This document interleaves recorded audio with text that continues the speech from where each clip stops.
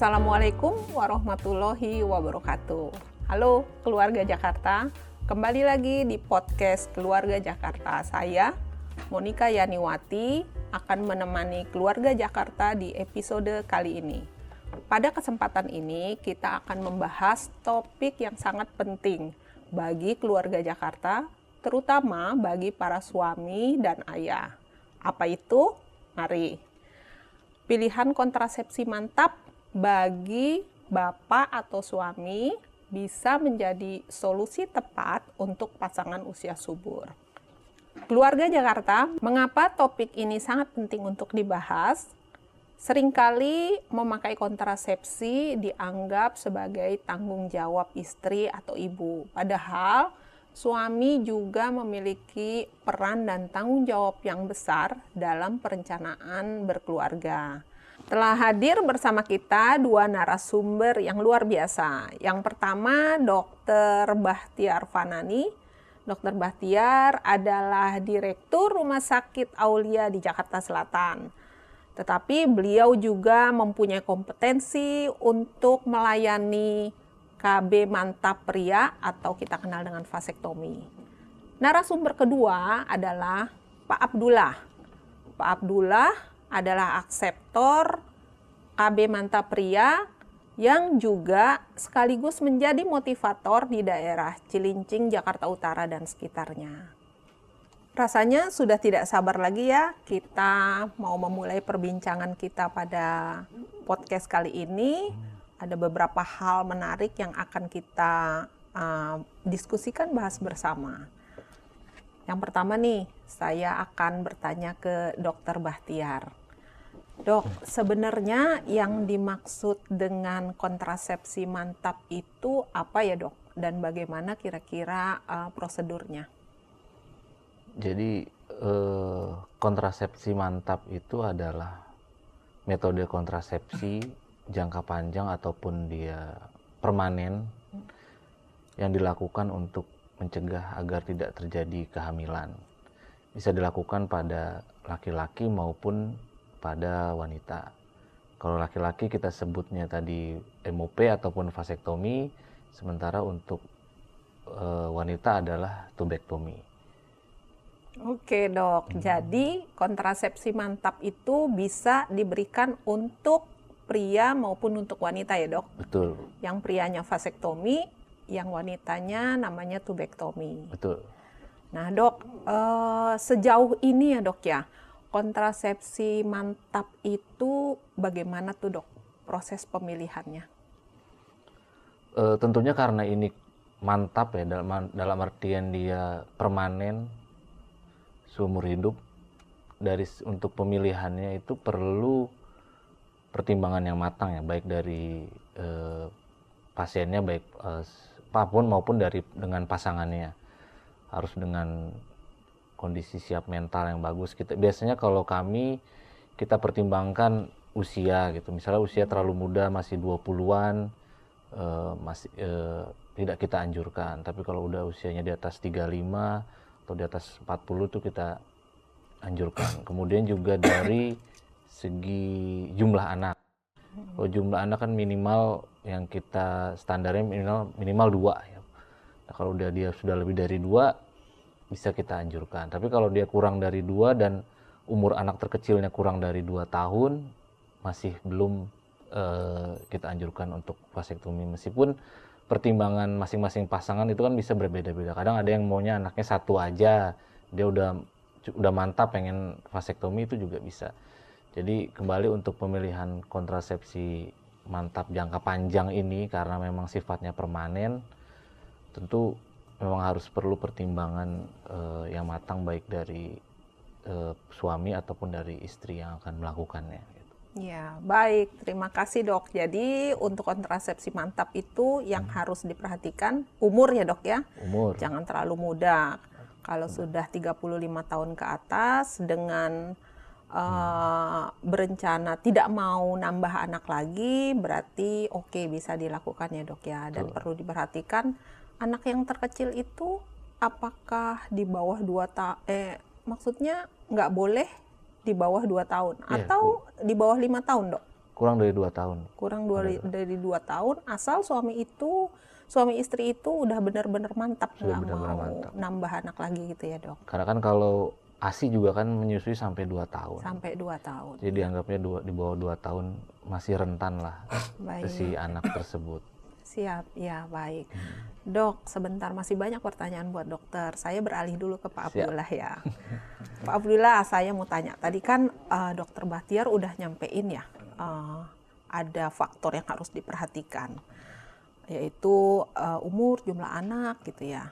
Nah, sekarang Pak Abdullah nih, saya kepengen tahu nih biar keluarga Jakarta juga tahu. Sejak kapan sih Pak Abdullah atau udah berapa lama Pak Abdullah memakai atau memilih kontrasepsi mantap pria, dan alasannya Pak Abdullah kenapa pada saat itu memilih kontrasepsi mantap? Silakan Pak. Baik, terima kasih atas waktunya. Saya mulai melaksanakan MOP itu pada tahun 2010. Memang butuh waktu untuk berpikir pada saat itu. Banyak tempat, banyak ruang juga untuk saya jadikan diskusi, baik itu melalui kepala seksi kecamatan maupun Sudin. Apa sih manfaat dan efek sampingnya ketika kita melakukan MOP tadi? Selain itu juga saya coba berdiskusi dengan tokoh-tokoh agama pada saat itu. Kenapa? Karena ini kan menyangkut masa depan, kan itu. Tapi setelah ada fatwa MUI yang menyatakan bahwa boleh untuk melakukan MOP bagi kaum laki-laki, di situ saya sudah mulai mantap untuk ambil keputusan bahwa sekitar 6 bulanan lah pada saat itu pas saya berpikir, saya langsung melakukan kontrasepsi MOP. Alasannya sederhana, karena memang pada saat itu istri pasca melahirkan anak ketiga. Saya pikir saya sudah cukup gitu loh dengan kelahiran anak ketiga ini, ya sudah saatnya KB yang sebelumnya diambil alih oleh istri, kini saatnya suami yang mengambil alih peran tersebut. Tujuannya sederhana. Karena apa? Karena jangan juga nanti ketika istri melakukan KB secara terus-menerus ada efek samping yang tidak diinginkan oleh suami itu sendiri. Saya rasa itu. Wah, luar biasa ya Pak Abdullah. Ternyata sudah mengikuti KB pria pilihan kontrasepsi mantap hampir 15 tahun nih ya. Hampir 15 tahun. Saat itu sesuai dengan persyaratan umur, Pak Abdullah sudah berada di 35-an tahun ya. Sekitar 35 tahun. Dan hebat ya, luar biasa. Begitu sadarnya ya Pak Abdullah berpikir bahwa KB itu bukan urusan istri saja. Jadi Pak Abdullah sudah mengambil peran untuk memilih secara sadar, mengerti akan manfaatnya bahwa pria pun perlu bertanggung jawab terhadap pemilihan kontrasepsi. Jumlah anaknya udah cukup juga ya, sudah 3, dan memang benar-benar suami istri nggak memutuskan ingin punya anak lagi ya Pak ya. Betul. Baik, Pak Abdullah, terima kasih banyak. Nah, masih lanjut nih Pak Abdullah. 15 tahun itu bukan waktu yang singkat ya. Sepanjang 15 tahun nih, perlu Pak Abdullah menyampaikan ke keluarga Jakarta. Rasanya setelah divasektomi, manfaatnya seperti apa? Mengganggu nggak Pak hubungan suami istri? Jadi gini, justru pasca saya divasektomi, saya hubungan dengan istri malah lebih enjoy dan lebih menikmati, sehingga tidak ada beban. Kenapa? Karena waktu sebelumnya kan ketika istri lupa minum obat lah, khawatir. Atau lupa suntik, khawatir. Tapi setelah saya divasektomi ya, kita menikmati seperti kayak masa-masa bulan madu gitu loh Bu. Sampai hari ini itu kita masih rasakan. Dan itu nggak ada halangan sama sekali, tidak ada hambatan sedikit pun. Malah kita menikmati benar ya, seperti orang bulan madu aja. Iya. Wah, jadi benar ya, cerita-cerita di luar yang bilang bahwa setelah divasektomi mengganggu hubungan suami istri itu ternyata nggak benar ya Pak Abdullah ya. Sepanjang suami atau Bapak dalam kondisi sehat tentunya ya, pasti vasektomi tidak akan mengganggu hubungan suami istri gitu ya Pak ya. Betul, Bu. Nah, malah secara psikis nggak berpikir lagi takut hamil. Betul. Makanya jadi enjoy ya Pak ya. Betul, Pak. Istri Bapak nggak usah mikirin lagi harus minum pil tiap malam atau harus suntik 3 bulanan gitu ya Pak ya. Baik, ternyata manfaatnya luar biasa ya. Jadi memang KB kontrasepsi mantap ini untuk pria, buat laki-laki bijak seperti Pak Abdullah, mudah-mudahan bisa memberikan pencerahan buat keluarga Jakarta. Dari Pak Abdullah, saya beralih lagi ke Dokter Bahtiar. Dok, pengen tahu nih, kira-kira sejauh mana sih selama ini kesadaran masyarakat untuk mengikuti kontrasepsi mantap bagi pria atau bagi bapak? Baik, jika semua laki-laki seperti Pak Abdullah nih, mungkin tingkat KB MOP di Indonesia tinggi nih. Jadi saya kalau mengingat jam dulu waktu masih suka narasumber ke beberapa tempat. Jadi saat ini memang tingkat kesadaran bagi laki-laki untuk melakukan vasektomi ataupun MOP masih rendah ya kalau untuk di Indonesia. Saya ingat dulu waktu saya sering jadi narasumber itu sampai didampingi tokoh agama, didampingi dari MUI. Kenapa? Karena memang stigma masyarakat kita masih maksudnya masih banyak yang terpengaruh oleh isu agama. Jadi ketika mau vasektomi masih ada rumor atau isunya jadi mengubah ciptaan Tuhan gitu. Jadi melanggar kodrat waktu itu. Jadi makanya butuh didampingi oleh pemuka agama. Kemudian juga sampai MUI pun sampai mengeluarkan fatwa seperti Pak Abdullah tadi bilang bahwa vasektomi itu boleh. Baru mulai banyaklah tindakan vasektomi di Indonesia. Kemudian juga masih kenapa masih rendah itu karena memang masih ada rumor kalau ketika setelah vasektomi akan mengurangi libido atau hasrat untuk berhubungan seksual. Mungkin itu yang menyebabkan kesadaran bagi laki-laki untuk vasektomi itu masih rendah untuk di Indonesia. Takut gitu ya dok ya, ragu-ragu. Ragu-ragunya karena mungkin berpikir karena umat di Indonesia kan mayoritas Muslim ya dok. Mungkin secara agama takutnya berdosa gitu ya. Iya. Tetapi tadi Pak Abdullah juga kan udah cerita ya. Beliau Pak Abdullah sudah konsultasi juga ke tokoh-tokoh agama dan ternyata memang ada fatwanya dan itu tidak haram gitu ya Pak. Karena memang sebenarnya pada saat mengikuti kontrasepsi mantap ada hal lain yang harus diperhitungkan. Daripada menelantarkan anak istri gitu ya Pak ya. Dan tadi Dokter Bahtiar juga nyampein bahwa sama sekali tidak mengganggu libido, artinya pasangan suami istri itu tetap bisa berhubungan suami istri secara baik tanpa terganggu karena vasektomi. Nah mungkin bisa ditambahin lagi dok untuk manfaat-manfaat yang secara medis dokter bisa melihat sepanjang dokter sudah melakukan pelayanan vasektomi atau kontrasepsi mantap pria. Sejauh apa lagi dok manfaat-manfaat yang bisa keluarga Jakarta dengar dan mungkin menghindari keraguan-raguan dalam mengikuti kontrasepsi mantap pria? Baik, kalau untuk manfaat vasektomi sendiri memang tidak secara langsung. Dalam artian tidak ada manfaat vasektomi itu secara langsung terhadap tubuh si laki-laki tersebut ya. Jadi bukan berarti kita vasektomi jadi lebih fit atau lebih sehat, itu tidak ada. Tapi manfaat utama vasektomi tentu adalah pencegah kehamilan. Ketika terjadi pencegahan kehamilan, tentu sang istri bisa terhindar, misalnya dia sudah berusia, udah berumur di atas 35, si istri akan terhindar dari resiko kehamilan ataupun resiko persalinan. Kemudian jika sepasang suami istri bisa merencanakan kehamilan atau anaknya memang sudah ideal, bagi mereka tentu mereka bisa lebih mengatur kondisi finansial ekonomi keluarganya.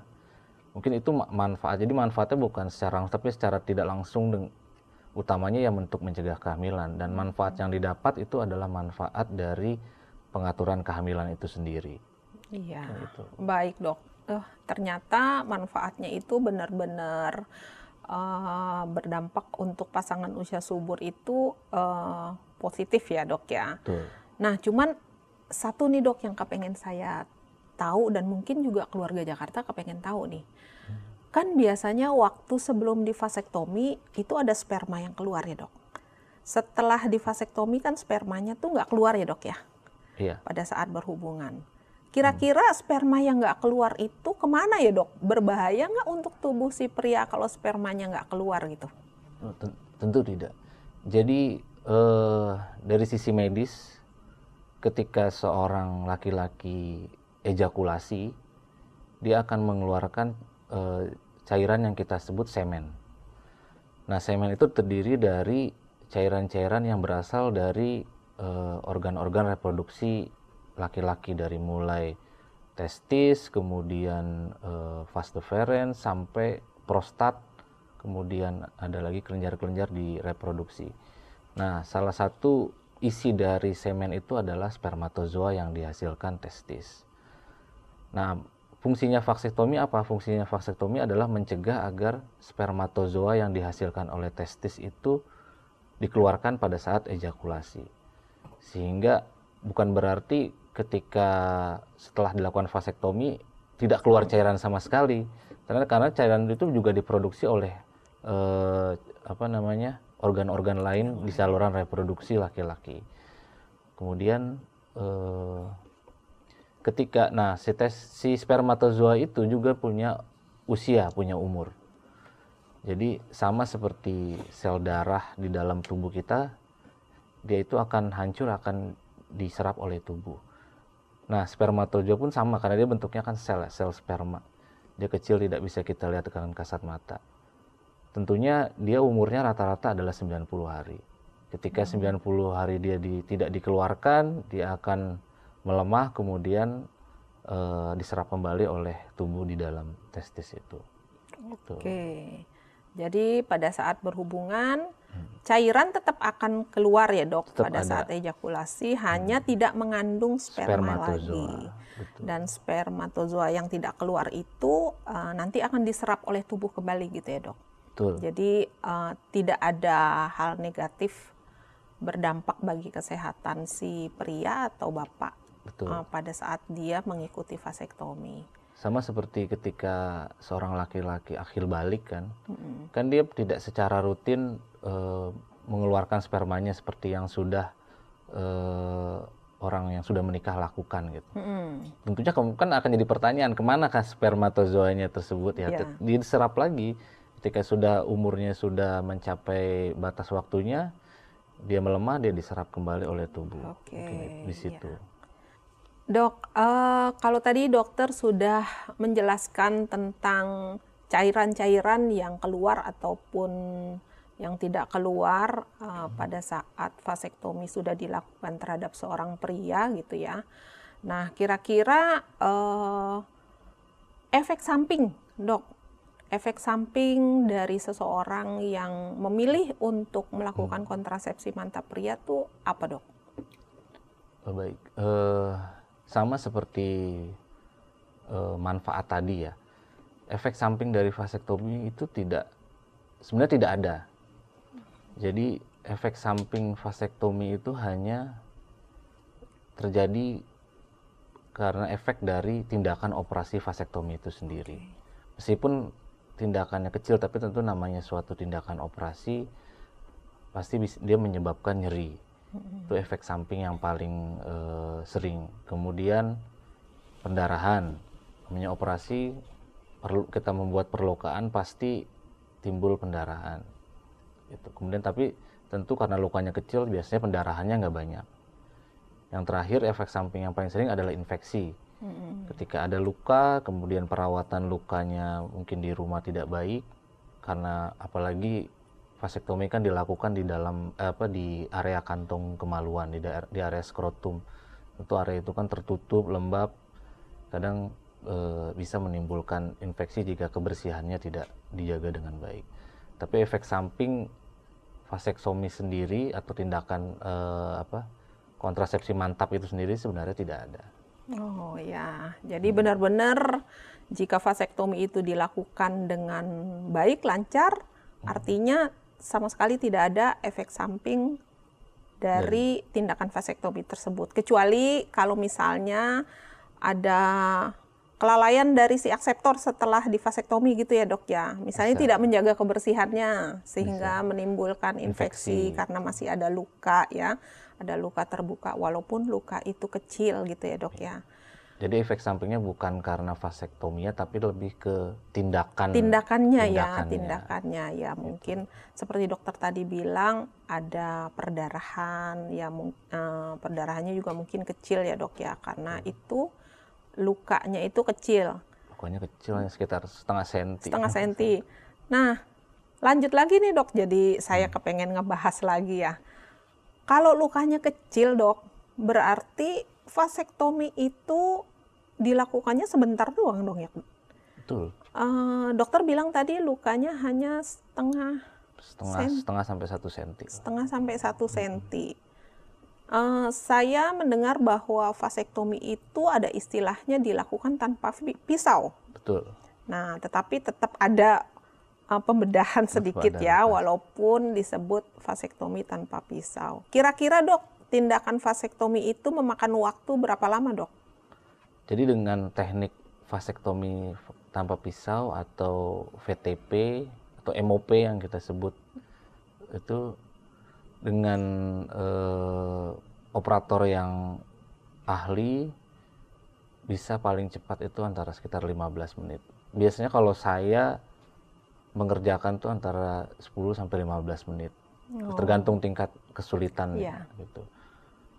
Itu karena kemudian juga dia perawatan lukanya lebih mudah dengan tidak perlu penjahitan luka karena memang lukanya kecil ya, sekitar setengah senti, cukup ditutup dengan plester luka biasa gitu.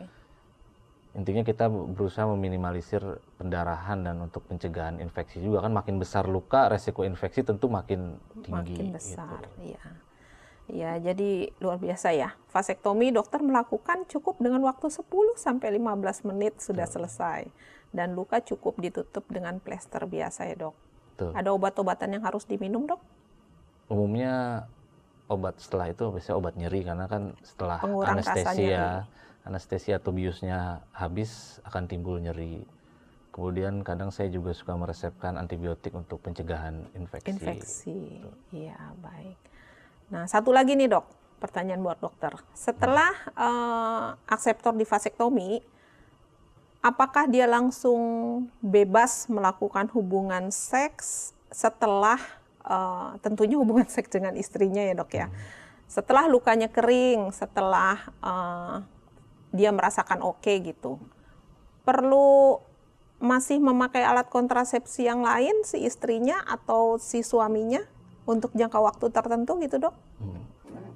Baik Bu Monik, pasca vasektomi itu memang masih perlu si baik istrinya maupun laki-lakinya untuk menggunakan kontrasepsi terlebih dahulu. Karena seperti tadi saya jelaskan sebelumnya pada umur spermatozoa itu sekitar 90 hari, maka dikhawatirkan masih ada sisa-sisa sel spermatozoa yang tertinggal di saluran vas deferens atau di saluran reproduksi laki-laki yang sisi yang di bagian atasnya, bukan sisi dari tengah-tengah saluran ke testis gitu. Nah, umumnya kita menganjurkan agar pasien tetap memakai kontrasepsi atau si istrinya melanjutkan kontrasepsi paling nggak minimal 3 bulan. Karena sekitar umurnya sesuai ya 90 hari ya 3 bulan. Ya. Jadi tidak bisa langsung, mungkin luka kering memang sekitar 3-5 hari luka operasinya akan kering. Tapi untuk berhubungan seksual tanpa pengaman atau tanpa kontrasepsi lain, kita anjurkan dilakukan setelah 3 bulan. Oke, jadi untuk mencegah kegagalan ya dok ya, Betul. pada saat pasca vasektomi, luka sudah sembuh, pasangan suami istri ingin berhubungan, sebaiknya selama kurun waktu 3 bulan itu masih terlindungi dengan alat kontrasepsi lain ya. Betul. Boleh istrinya mungkin pakai pil atau suntik ya. Atau kalau suaminya ingin terlindungi bisa dengan kondom kali ya dok ya? Bisa. Ya bisa dengan kondom. Kan mungkin saja si bapak memilih vasektomi karena ibunya, istrinya nggak cocok nih dengan hormonal ya kan, dengan pil suntik. Jadi memang komitmen itu harus dipegang setelah vasektomi, tetap harus terlindungi dulu selama 3 bulan ya dok ya. Betul. Dengan alat kontrasepsi lainnya. Ya, terima kasih dok. Wah, penjelasannya benar-benar luar biasa nih. Mudah-mudahan keluarga Jakarta yang mendengar penjelasan dari Dokter Bahtiar nggak ada lagi ya keraguan-raguan. Tadi juga Pak Abdullah juga menyampaikan dari sisi agama juga ternyata tidak bertentangan. Dari sisi medis banyak manfaat yang didapat. Kemudian tidak ada efek samping berarti ya buat si akseptor. Nah, sekarang kembali saya ke Pak Abdullah. Pak Abdullah, tadi Pak Abdullah kan menyampaikan bahwa sebelum memutuskan untuk vasektomi, rembukan dulu tuh ya dengan istri ya. Pasti. Nah, harus rembukan dulu. Pasti. Nah, jadi kira-kira Pak Abdullah sejauh mana sih bahwa komitmen bersama antara suami istri itu harus benar-benar kita rencanakan, kita buat supaya kedepannya nggak ada penyesalan ya dalam memutuskan akan memilih kontrasepsi mantap. Mungkin kontrasepsi mantap kan tadi dokter bilang ada buat ibu, ada buat bapak. Dalam hal ini ya kita membahasnya bapak lah ya. Nah, seperti apa tuh Pak Abdullah? Jadi memang sebelum kita mengambil satu keputusan, ini buat saya adalah satu keputusan yang sangat penting dalam artian untuk saya dan keluarga. Kenapa? Karena ini kan menyangkut keturunan kan kita, khususnya dari saya. Kenapa ini perlu komitmen? Karena di situ kan kita juga bikin kesepakatan antara saya dan istri, kita mau punya anak berapa maksimalnya, terus seperti apa nanti pengelolaan manajemen keluarganya kan gitu. Jangan sampai nanti ketika kita punya anak melebihi target yang, tapi ya bukan berarti kita mendahului Tuhan, sehingga kita ingin anak-anak kita lebih baik dari orang tuanya. Itu harapan saya. Itu Bu. Iya, jadi emang perencanaan itu ke depannya, karena di dalam berkeluarga itu ada istri dan suami, nggak bisa hanya keputusan oleh suami saja atau oleh istri saja. Betul. Ya, demi masa depan anak-anak si buah hati supaya lebih baik dari orang tuanya. Betul. Nah, anak Pak Abdullah yang terkecil sekarang udah umur berapa Pak? Sekarang sudah umur 15 tahun atau kelas 2 SMP. Wah, Alhamdulillah sehat semuanya ya. Dan terakhir nih Pak Abdullah, kira-kira harapan dari Pak Abdullah sendiri nih sebagai akseptor maupun sebagai motivator. Nah, Pak Abdullah kan motivator ya, berarti yang ngajak-ngajakin bapak-bapak untuk bervasektomi. Harapannya untuk para bapak, para suami ke depannya dalam berkontrasepsi mantap seperti apa, Pak Abdullah? Iya, untuk para suami atau bapak yang bijak akan keluarga dan punya tanggung jawab terhadap keluarga, saya rasa sudah saatnya laki-laki saat ini untuk mengambil alih kontrasepsi dengan melakukan kontrasepsi mantap melalui vasektomi, sehingga ke depan anak-anak kita bisa tumbuh lebih baik dengan masa depan yang lebih baik. Dan kita juga harus yakin dan percaya bahwa semua itu sudah ada takdirnya masing-masing. Jadi jangan juga pernah menyalahkan Tuhan, kenapa saya dikasih rezeki sekian, Tuhan kenapa anak saya banyak tapi dia cukup. Ini nggak bisa seperti itu. Artinya ini kan kembali perencanaan, Bu. Itu kita yang membuat rencana dengan istri. Kita mau seperti apa anak-anak ke depannya. Dan kita juga bisa ukur saat ini penghasilan kita seberapa. Jangan memaksakan ketika kita sudah punya anak lebih dari cukup tapi masih menginginkan anak-anak yang lain. Sehingga nanti terjadi keterlantar anak itu dalam proses pendidikan maupun yang lainnya kan gitu. Ya. Kan itu. Saya rasa itu, Bu. Ya, wah, luar biasa ya. Tadi Pak Abdullah nyebutin suami bijak gitu ya. Wah, keren banget ya. Jadi emang perlu didengar nih sama keluarga Jakarta bahwa suami bijak ikut KB gitu ya. Jadi jangan hanya istrinya aja. Baik, terima kasih banyak buat Pak Abdullah dan Dr. Bahtiar atas penjelasan wawasan yang sangat berharga tentang kontrasepsi mantap. Sebelum kita mengakhiri podcast ini, saya kepengen nih ada seperti closing statement ya, pesan-pesan terakhir buat keluarga Jakarta yang mendengarkan podcast ini. Mungkin dari Pak Abdullah dulu deh. Boleh. Ya, silakan Pak. Halo keluarga Jakarta. Sudah saatnya laki-laki berperan penting untuk keluarga. Dalam hal ini terkait masalah kontrasepsi. Oleh karenanya, jangan pernah ragu untuk melakukan kontrasepsi mantap melalui vasektomi. Sehingga keluarga kita bisa lebih baik dari kita. Terima kasih.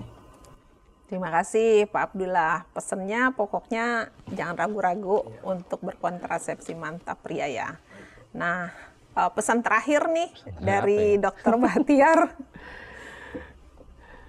Baik, keluarga Jakarta, seperti yang Pak Abdullah sampaikan tadi, memang sudah saatnya laki-laki mengambil alih kontrasepsi. Kenapa? Secara teori kontrasepsi itu lebih efektif jika dilakukan oleh laki-laki. Kenapa lebih efektif? Perempuan tuh pasti ada masanya tidak subur. Ketika sebelum dia haid, ketika dia sudah balik dan sudah haid, kemudian ketika dia sudah menopause. Jadi perempuan tuh pasti ada masa nggak suburnya. Tapi kalau laki-laki ketika dia sudah akhir balik, maka dia akan subur seumur hidupnya. Dia akan bisa membuahi wanita sampai dia meninggal. Itulah mengapa secara teori KB itu paling efektif dilakukan laki-laki. Jika memang belum mantap untuk melakukan vasektomi, bisa dilakukan dengan KB yang lain, misalnya dengan menggunakan kondom. Tapi tentu bagi laki-laki yang sudah mantap, sudah merasa cukup anaknya, dan tentunya sayang sama istri, karena kehamilan juga dapat menyebabkan risiko kehamilan dan risiko persalinan pada istri, maka dapat melakukan vasektomi. Mungkin itu dari saya. Wah, luar biasa ya. Satu hal nih yang nggak kita sadarin dan tercetus oleh Dr. Bahtiar. Ternyata KB itu lebih efektif kalau pria yang memilih KB ya. Benar-benar Dok. Saya juga baru sadar, baru ngeh. Ternyata kalau pria itu bisa membuahi wanita usia subur sampai dia meninggal. Ya. Kalau perempuan kan ada batasnya. Kalau dia sudah menopause, ya sudah. Nggak subur lagi. Nggak akan hamil lagi, walaupun dimasukin sperma laki-laki gitu ya Dok ya. Sedangkan laki-laki sepanjang hayatnya bisa membuahi, bisa menghamili wanita usia subur. Terima kasih banyak Dok. Ini terbuka nih, mudah-mudahan keluarga Jakarta bisa paham akan statement pesan pentingnya Dr. Bahtiar.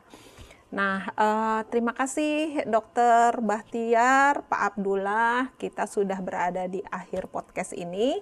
Semoga informasi yang kita bahas bersama di podcast ini bisa bermanfaat bagi keluarga Jakarta. Jangan lupa untuk selalu mengikuti podcast Keluarga Jakarta setiap hari Jumat pukul 2 siang di channel YouTube Dinas PPAPP Provinsi DKI Jakarta. Tentunya juga ingat untuk subscribe, like, komen, dan share video sebanyak-banyaknya kepada keluarga Jakarta lainnya. Terima kasih kepada Dr. Bahtiar dan Pak Abdullah. Sampai jumpa di episode berikutnya. Terima kasih